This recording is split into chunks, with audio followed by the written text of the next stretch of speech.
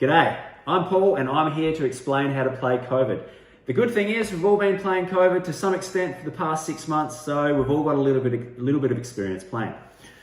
All right, the aim of the game is to collect vaccine tokens for an outright win or to give infection tokens to eliminate other players. You can't have them both at the same time, they are one or the other, so if you've got a vaccine token and someone plays an infection token on you, they cancel each other out and you end up with none. The amount of tokens required for an outright win or to eliminate a player is equal to the amount of players that are playing. So if there's 5 players, you need 5 tokens to win or eliminate. Once a player has been eliminated, then you only have 4 tokens that are required, and that goes all the way down to 1.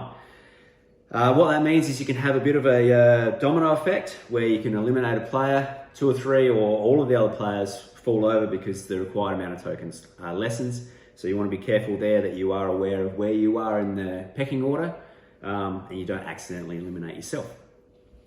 To start, you deal each player 3 cards. Each card has a little bit of a story on it about the things that have happened in isolation. Some of them are funny, some of them are a bit pathetic, like things about cutting holes in masks or injecting cleaning fluids to try and get rid of the vaccine. The player who is most likely to get coronavirus, they're the ones who go first. So in my case, or in my family's case, that's me because I'm the oldest. When it's my turn, I look at my cards, I choose who I want to play my card on, I read the card aloud, then I move the tokens where they need to go, discard the card and pick up another one.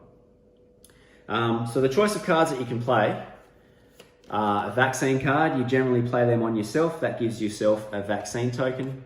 There are infection cards, you generally play them on other people, that gives them an infection token.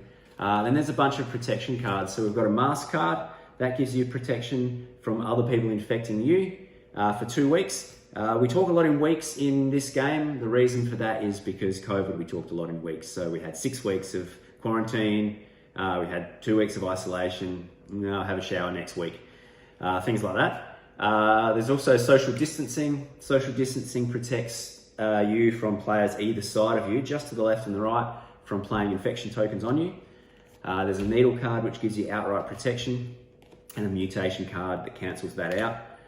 We've got frontline card. Frontline card is a bit of a tribute to all the essential workers. That allows you to play any one of your cards outside of your turn. So that's a handy one.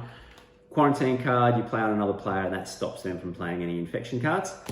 And then my personal favorite, Bat Soup, the card that started it all. So Bat Soup, whoever you play the card on gets an infection token immediately. When play gets to that person again, the infection spreads. So they get an infection token and the players either side of them get an infection token. If the card's still in play after the round goes all the way around again, then they get another infection token.